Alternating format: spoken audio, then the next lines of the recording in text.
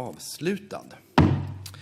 Kammaren debatterar nu justitie- och migrationsminister Morgan Johanssons, Socialdemokraterna, svar på interpellation nummer 19 av Ingmar Kihlström, Kristdemokraterna, om återfallsförbrytare som går fria. Ordet går först till justitie- och migrationsministern.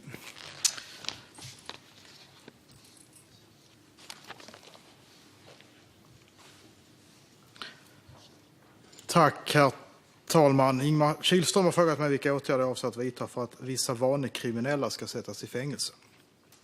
Olyckan i Dalarna, som Ingmar Kihlström tar upp i sin fråga, är en oerhörd tragedi. Samhället måste reagera kraftfullt och i tid för att förhindra att något liknande inträffar igen. Regeringen ser allvarligt på återfall i brott. Det är viktigt att den som begår flera brott får ett straff som står i proportion till brottslighetens allvar. Regeringen genomförde därför under förra mandatperioden en reform som innebär att fler gärningar ska behandlas som återfall och därmed mötas av skärpta straff. Möjligheten att låta en tidigare påföljd omfatta ytterligare brott har begränsats. Numera måste domstolen döma ut en ny påföljd vid återfall. När det gäller valet av påföljd är återfall i brott något som domstolen ska beakta som skäl för fängelse. Beroende på bland annat brottslighetens allvar kan dock andra påföljder, såsom skyddstillsyn, vara tillräckligt ingripande och även lämpligare än ett fängelsestraff för att förhindra fortsatt brottslighet. En lagstiftning som ger möjlighet att bestämma påföljd på ett nyanserat sätt är därför nödvändig. När det särskilt gäller vanemässiga och upprepade trafikbrott innebär dessa ett uppenbart lagtrots och ofta en stor trafikfara. Regeringen ser det därför som mycket angeläget att förhindra återfall i trafikbrott. Det är en fråga både om brottsbekämpning och om att rädda liv i trafiken. I augusti 2018 gav jag därför en utredare i uppdrag att se över hur det straffrättsliga skyddet mot upprepad trafikbrottslighet kan förstärkas. I utredarens uppdrag ingår att se över straffskalan för vissa trafikbrott. Skärpta straffskalor skulle ge utrymme för högre straff vid till exempel återfall. För grov olovlig körning och rattfylleri ska det föreslås en skärpning av maximistraffet till 1 års fängelse. Då kommer den som gör sig skyldig till dessa brott att kunna frihetsberövas redan i samband med ett polisingripande. Utredningen ska också se över om det bör införas ett nytt samlat brott som träffar den som återkommande gör sig skyldig till trafikbrott. En sån straffbestämmelse skulle med större kraft än dagens reglering kunna träffa och motverka gärningar som på ett upprepat och systematiskt sätt innebär allvarlig fara för trafiksäkerheten. För ett sådant brott kan även övervägas en straffskala som bättre motsvarar brottslighetens allvar och som innebär mer kännbara straff än idag. Uppdraget ska redovisas i slutet av sommaren 2019 och efter sedvanlig beredning kommer jag att återkomma till riksdagen i dessa frågor. Utöver ett starkt straffrättsligt skydd är det också viktigt att arbeta återfallsförebyggande när en förbrytare väl har dömts. Regeringen arbetar för närvarande med ett lagförslag som innebär att kriminalvården får fler verktyg än idag att arbeta återfallsförebyggande. Tanken är att förslaget ska leda till en minskning av återfallen i brott i stort. Slutligen vill jag även framhålla vikten av ett effektivt brottsförebyggande polisarbete. En av regeringens prioriterade frågor är att stärka det polisiära arbetet och att fler poliser ska kunna bekämpa brottsligheten och öka tryggheten för alla. Den stora satsning som görs på Polismyndigheten är central för detta arbete. Tack, herr talman. Tack. Ordet går då till Ingmar Kihlström, Kristdemokraterna.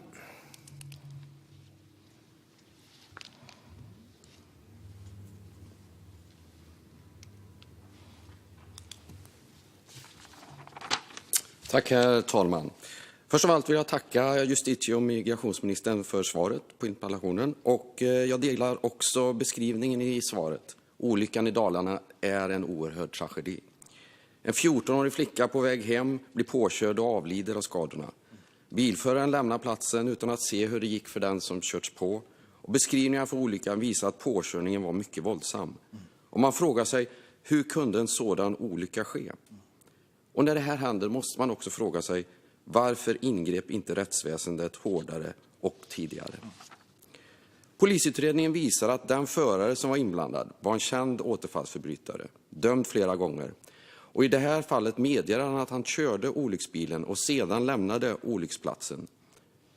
I den senaste domen innan den här händelsen slapp han fängelse och kriminalvård eftersom han ville komma till rätta med sina problem.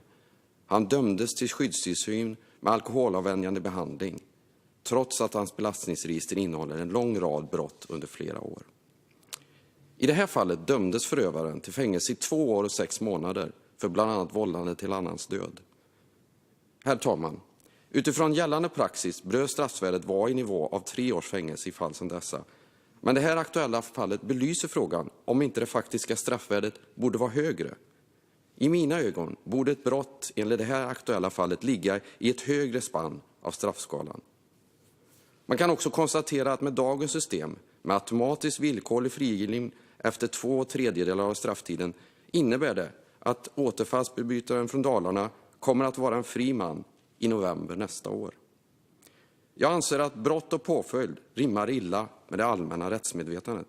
Är det rimligt att en förare som i stor hastighet med sin bil dödar en oskyldig människa, avviker från platsen och sedan håller sig undan i flera dagar får ett frihetsberövande straff på 2 år och 6 månader? Samt också kommer att bli frigiven efter 2/3 av den här strafftiden. Jag anser att straffskalan bör ändras så att straffet blir högre för att visa att samhället ser allvarligt på brott där grov oaktsamhet i trafiken leder till andra människors död. Jag anser också att vi i Sveriges riksdag bör ta steg för att återfallsbrytare ska få högre straff. Den rabattmodell för brott nummer 2, 3 och 4 som är ett faktum i dagens domar behöver förändras. Man bör överväga att i högre grad addera straffvärdet vid situationer där flera brott utförs vid samma tillfälle. Återfallsförbrytare bör avtjäna en tid i fängelset som helt och hållet motsvarar straffvärdet för det eller de nya brott hon eller han dömts för. Justitieministern anger i interpellationssvaret att en utredning pågår för att se över hur det straffrättsliga skyddet mot upprepad trafikbrottslighet kan förstärkas. I uppdraget ingår också enligt svaret en översyn av straffskalorna för vissa trafikbrott. Jag undrar, ingår det även en översyn av straffen för de grova trafikbrotten? Jag vore också tacksam för ytterligare information om uppdraget och tidsplanen för den utredningen om trafikbrottslighet som nämns. Jag vill då fråga justitie- och migrationsminister Morgan Johansson: är justitieministern beredd att öka straffnivån för grova trafikbrott? Vad anser justitieministern om förslaget att återfallsförbrytare bör avtjäna en tid i fängelset som helt och hållet motsvarar den eller de brott som hon eller han har dömts för? Och min fråga är också, vad ingår i uppdraget i den utredning som påbörjades i augusti? Tack. Justitie- och migrationsministern. Tack, herr talman. Ja, utgångspunkten i den här interpellationen är ju en fruktansvärt tragisk olycka. Den 14-åriga flicka som råkade ut för denna olycka, hon får ju aldrig tillbaka livet. Det är oåterkalleligt. Och det är klart att vi lagstiftare kan ju inte ge någon tillbaka livet. Men vi kan göra allt vi kan för att försöka se till att det här inte upprepas igen.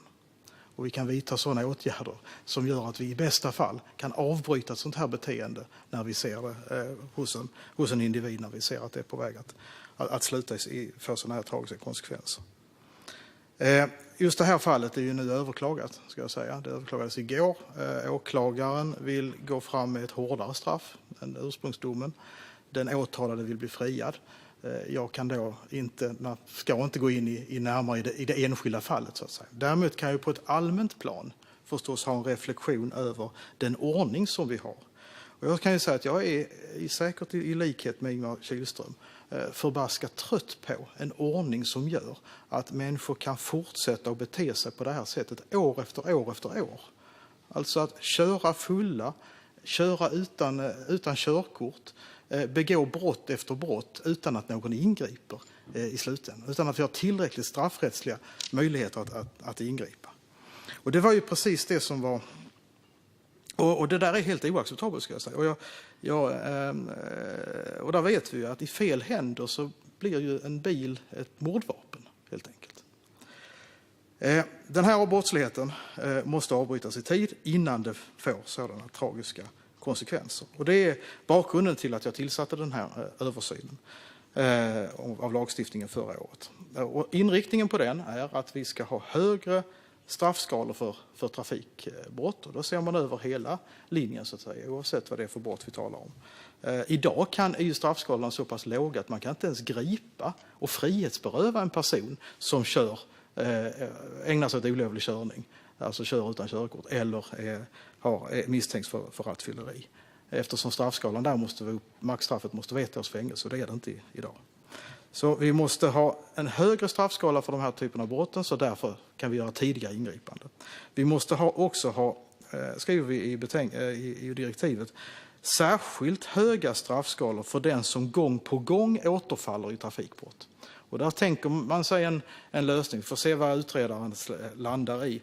Men någon form av lösning där det handlar om människor som vid upprepade tillfällen helt enkelt begår de här brotten. Ja, då ska man vid de tillfällen kunna döma enligt en särskild straffskala, och som då kommer att ligga väsentligt högre än vad den ligger i idag. Så det där ska vi göra. Vi får betänkandet i slutet av sommaren. Därefter vanlig remisstid, och jag tänker mig en lagskärpning då under nästa år. Och jag är angelägen om att ha ett bra samarbete i riksdagen så att vi landar rätt i den här frågan, och kommer säkert också vilja hålla Ingemar Kihlström informerad om hur den processen går, så att vi har ett bra samarbete kring det. Vi delar nog grunduppfattning i det här läget. Vi kan inte lägga fingrarna emellan när det gäller de här fallen. Vi är därför beredda att skärpa lagstiftningen. Tack, herr talman. Tack. Ingemar Kihlström, Kristdemokraterna. Tack, herr talman. Tack så mycket för utvecklande svar från justitieminister och migrationsministern Morgan Johansson. Polisutredningen visar ju att den här föraren var dömd för våldsbrott och rattfylleri, och han dömdes då till skyddstillsyn. I det fallet så hade socialtjänsten en modell där man gav honom en mobiltelefon med blåsinstrument för att logga hans nykterhet. Det visar sig att polisen under polisutredningen inte har möjlighet att få ut loggen för det här. Så man har alltså ingen möjlighet att följa upp i polisutredningen där det borde vara motiverat, utifrån det faktum att mannen vägrar att lämna ut det. Jag tycker att man borde se över dagens system så att polisen, när det är motiverat i samband med polisutredningar, skulle kunna ta del av socialtjänstens logg. Sen kan vi då konstatera att i det här fallet så är det en person som saknar körkort och har en missbruksproblematik. Trots det så står han som ägare till över 30-talet bilar. Jag vet att det har tagit steg i riktning för att komma till rätta med problematiken med bilmålvakter. Men jag tror ändå vi behöver skärpa de aktiviteterna. Och för att följa upp lite också. Det står också att i svaret att under förra mandatperioden så infördes det en reform som innebar att fler gärningar skulle behandlas som återfall och mötas av skärpare straff. Så jag har några frågor till justitie- och migrationsminister Morgan Johansson. Delar justitieministern min bedömning att lagarna bör justeras så att polisen kan få ut loggar från till exempel nykterhetstest? Anser justitieministern att lagstiftningen mot bilmålvakter är tillräcklig i ljuset av att man som missbrukare utan körkort kan äga 32 bilar? Och anser ministern att reformen som nämns i interpellationssvaret om ökade straff vid återfall under förra mandatperioden har mött sitt mål och är enligt den nivå som regeringen satte upp? Tack. Justitie- och migrationsministern. Tack, herr talman. Den här frågan om polisens logg och socialtjänstuppgifter, det är faktiskt första gången jag stöter på den. Men den tar jag gärna med mig tillbaka för att se hur regelverket ser ut. Det handlar ju om sekretessreglerna mellan socialtjänsten och polisen här. För att det här verkar väldigt egendomligt, får jag säga, om ordningen är på det sättet. Och det kan man åtgärda, helt enkelt. När det gäller bilmålvakter ska jag säga att vi gjorde en förändring förra mandatperioden som gjorde det lättare att beslagta bilar som står på bilmålvakter, som till exempel upplöper många parkeringsböter och annat som då står på gatorna. Vilket då innebär att man i storstäderna har kunnat boxera bort tusentals målvaktsbilar från gatorna och få dem skrotade, helt enkelt. Så att den lagstiftningen finns nu på plats. Sen sker också på Näringsdepartementet en särskild översyn av regleringen kring registreringen av bilar. Och där är inriktningen den att det måste finnas en ordning där vi kan sätta ett tak för hur många bilar som kan få stå på en person, helt enkelt. I det här fallet var det ju dessutom så att vederbörande inte ens hade körkort, vilket ju också ger en särskild dimension till alltihop. Så men det är processen när det gäller registrering av bilar, den sker på Näringsdepartementet, det ansvarar Thomas Eneroth för. Och här kommer vi också att kunna leverera förslag under den här perioden. När det gäller den bredare frågan om återfall i brott, nu talar vi inte bara om trafikbrott utan återfall totalt sett i brott, då sker också en översyn faktiskt om just hur man ska se på det som man populärt kallar för straffrabatten i de här fallen.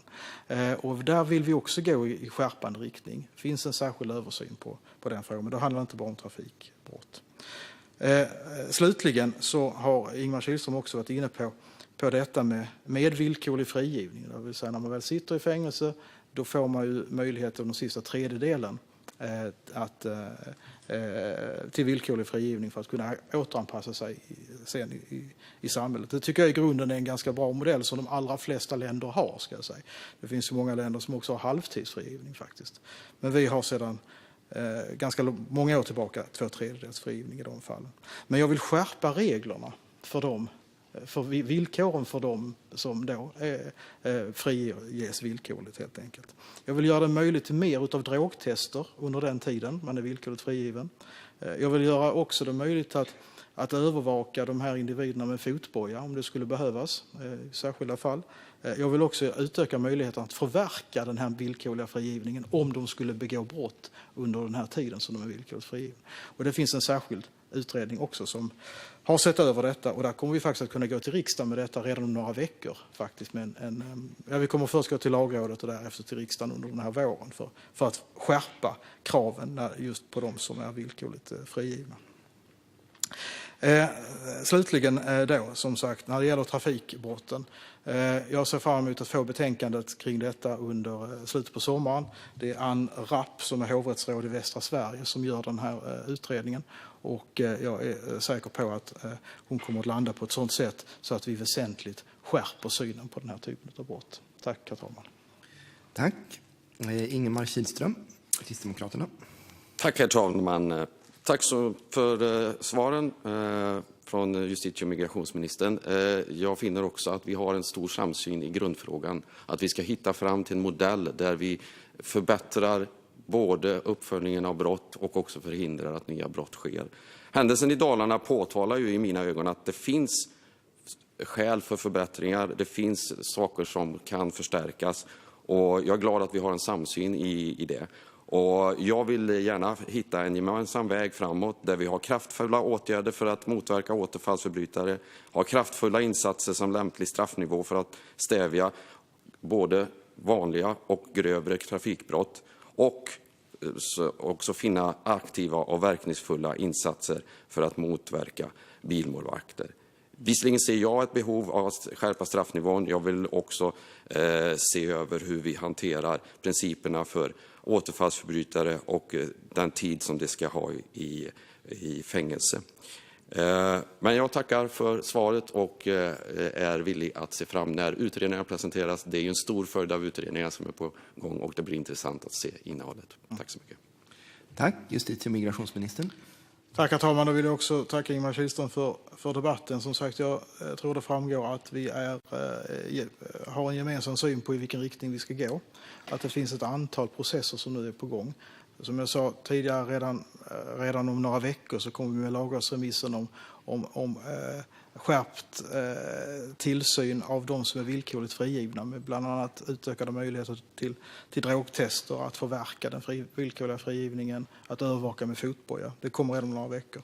I slutet på sommaren kommer då resultatet av översynen när det gäller trafikbrotten som också de ska gå i skärpande riktning. Och sen har vi bilmålvaktsfrågeställningen där vi har gjort en hel del, ska jag säga, för att få undan de här målvaktsbilarna som är en del, så att säga, i en organiserad kriminalitet som är djupt besvärlig på många sätt. Men där det handlar om att vi tar ytterligare steg för att helt enkelt få undan den här typen av verksamhet. Och sen vill jag också lägga till att för att det här i grunden ska fungera så krävs det också en stark polisiär närvaro och starka resurser i polisväsendet så att man klarar av att göra både de här tillsynerna och själva brottsutredningarna. Och här bygger vi då också ut polisverksamheten med 10 000 fler anställda fram till 2024. Bara under det här året så går det ut ungefär 1500 nya poliser från polisutbildningen. Då gäller det, tycker jag, att se till att denna förstärkning kommer hela landet till del också. Och att man då också kan förstärka sin verksamhet just när det gäller att bekämpa trafikbrott. Men som sagt, det här är en fråga som jag tror vi kan jobba tillsammans med, och jag är angelägen om att hålla riksdagen informerad om hur den här processen går. Så tack för den här debatten. Tack. Debatten med anledning av interpellation nummer 19 av Ingemar Kihlström, Kristdemokraterna, om återfall